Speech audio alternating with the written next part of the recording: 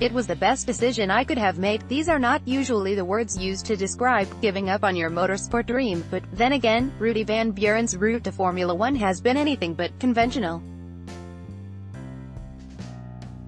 In 2010, the then Dutch teenager was forced to face the all-too-common reality of giving up on his motorsport dream. Flash forward to present day and Van Buren is not only one of the leading figures in esports, but has recently beaten some of the finest names in motorsports in equal machinery.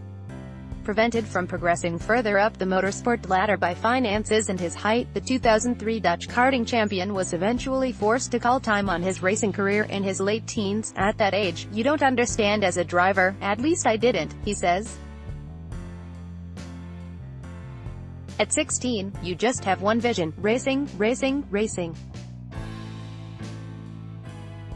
I never had the ambition to become a Formula One driver, because from a quite early age, it was easy to see I was one of the taller guys. Height is weight, I had a high center of gravity, and on top of that, not all the money that needed to go into it. Since November, my personal life turned upside down. I was able to quit my regular job, I'm a full-time McLaren employee, and everything I do is about racing. Rudy Van Buren's life returned to normality, and he took up sim racing as a hobby while pursuing a career as a sales manager in Lelystad in the Netherlands. But everything changed in July last year. After seeing an advert on Facebook, Van Buren entered McLaren's World Fastest Gamer, a competition to become one of its official simulator drivers.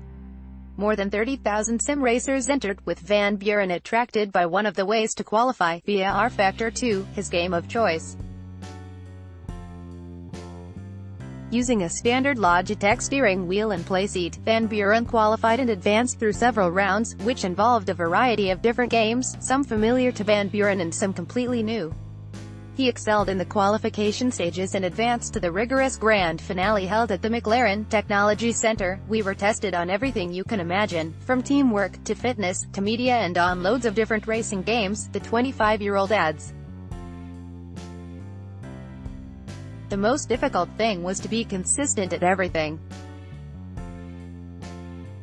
You still need to show your hand in everything you do, while you also know that you're not going to be the best at everything. Van Buren beat his fellow countryman Freak Show Thorst to be crowned the world's fastest gamer. Since November, my personal life turned upside down, in a positive way, he says.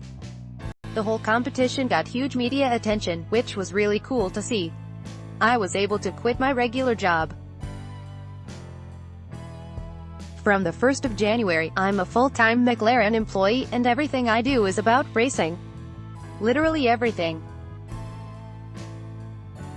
Everything is about sim racing, e-racing, F1 simulator testing, and other things that might come up this year. It's mega. I never had the idea I could get a career like I'm currently building at McLaren. From my point of view, with my preference, and love and ability for racing, it is one of the best jobs in the world. Van Buren explains his role and says he's preparing to test some real-life cars for the manufacturer. You've got the F1 simulator, then you got the MAT, McLaren Applied Technologies, a division of the McLaren Technology Group, simulator and the fitness program, he says. Those are the three main blocks that I work in. There are guys who get a lot more days than I do in the F1 sim, which is 100% logical, because they have done the job for years already and they are a major asset to the testing team. I'm not the guy who's going to do 50 days in the sim every year. I get a proper amount of days, don't get me wrong, but it's not like the full yearly job. I also have a certain amount of days in the MAT sim and the fitness program. I was quite fit when I got there in November, like fit in the way of a proper stamina, proper muscle, but because I'm so tall, we have now made a whole program I'm going to run through to shave off the bits where possible, to get the weight down, but still be strong enough in all the areas I need to be, in case I need to test a real-life car. I don't mean an open-wheel formula car, because that won't happen. But in a GT car, you still need some muscles in certain areas to cope with everything. There are also nice trips, like the Race of Champions, going to F1 races and winter testing. After conquering the virtual world, in February, Van Buren received an opportunity to test himself against some of the biggest real-life motorsport stars. He competed under the Sim Racing All-Star banner at the Race of Champions in Saudi Arabia, alongside Enzo Benito, who finished fourth in the 2017 Formula E Vegas race. Benito had to beat three other leading esports figures in a race-off, while Van Buren was fast-tracked to the main tournament. "I'm one of the big faces for esports in racing, and I don't mean that in an arrogant way. I'm in the spotlight and people will look and see how I cope with certain challenges. It's just good for the whole scene in general." Rudy Van Buren: "I was just treated like a real-life driver there," Van Buren said. "I was taken fully as a real-life racing driver, no extra laps, nothing. The first thing I asked for was put me straight in a car, because it's the way to prove myself. We had such limited practice time and it was about 8 years since I was in a racing car.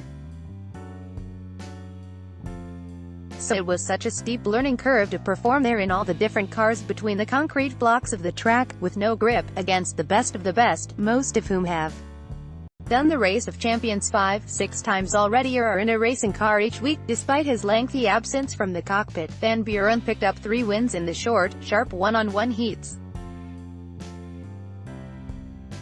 He beat two-time Le Mans winner and double World Endurance champion Timo Bernhard, 2017 Formula 3 European runner-up Joel Eriksson, and, most satisfyingly of all, McLaren F1 Junior and Euro F3 champion Lando Norris, coming away with 3 heat wins there, against big names. "Was really great," adds Van Buren. "Lando and I had proper banter prior to it. If we faced each other, it was, who's going to be quicker, and then it was advantage for Rudy. Well, I just smiled then. It's the Race of Champions. We should not put too much weight on it, but it's nice and easy for the smack talk in that regard." Van Buren recognizes the significance of his achievements, not only for his own reputation, but for the wider esports scene. "I know that I'm one of the big faces for esports in the racing world, and I don't mean that in an arrogant way," he says. "I know I'm in the spotlight and they are going to look and see how I cope with certain challenges.